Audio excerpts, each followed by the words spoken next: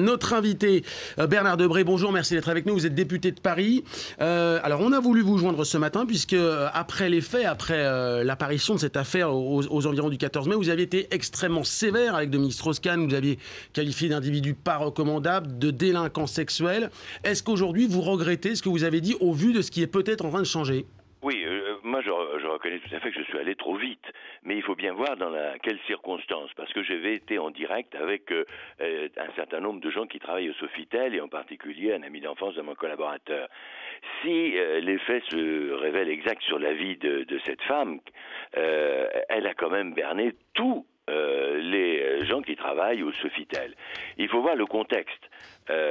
Ces personnes qui m'ont appelé en direct de New York étaient écœurées, prostrées, en disant cette femme, Nafissatou, qui se faisait appeler Ophélia, pour eux, était une femme tout à fait exemplaire, parce qu'on peut avoir une vie à l'extérieur de son travail, peu recommandable d'après ce qu'on nous dit, mais travailler de façon tout à fait exemplaire dans son travail. Et donc ceux qui m'ont appelé étaient tout à fait écœurés et ont dit c'est épouvantable, la pauvre est prostrée, Dominique Strauss-Kahn a abusé d'elle. Et évidemment, j'ai surréagi parce que j'ai trouvé, connaissant d'ailleurs une partie de l'affaire Bannon, connaissant un certain nombre de choses, je trouvais que c'était la goutte d'eau qui faisait déborder le vase. Cela dit, si cette femme a menti à plusieurs reprises, son témoignage est bien entendu sujet à caution.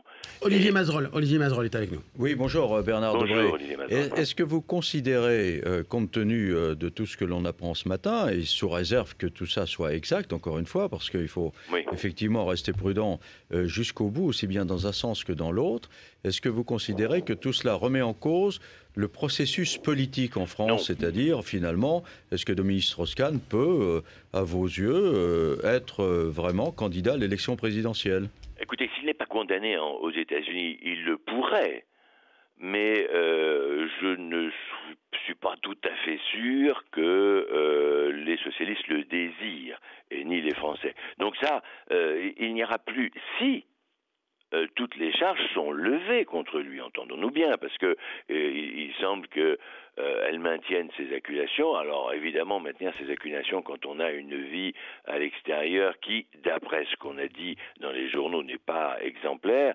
peut être sujette à caution. Donc si il est lavé de tous les soupçons, c'est aux socialistes de voir, et à lui-même de voir s'il peut se présenter. Ça m'étonnerait quand même. D'ailleurs, d'après ce que j'ai entendu, il n'est pas du tout sûr que le juge Cyrus Vance, du moins le juge qui est en charge de l'affaire, l'autorise à rentrer en France.